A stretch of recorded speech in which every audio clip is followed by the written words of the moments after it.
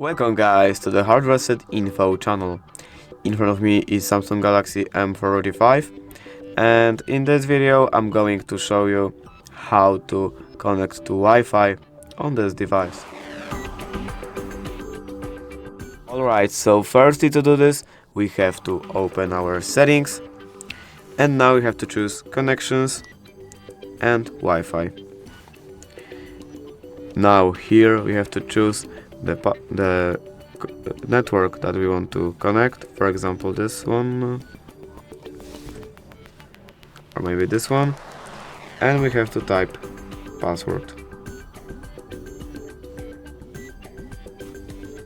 Now we can connect.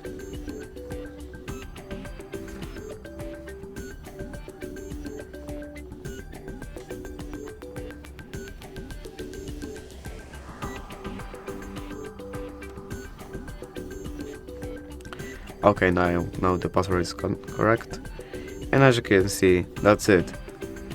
If you enjoyed this video, leave a like and subscribe. Thank you guys for watching. Bye!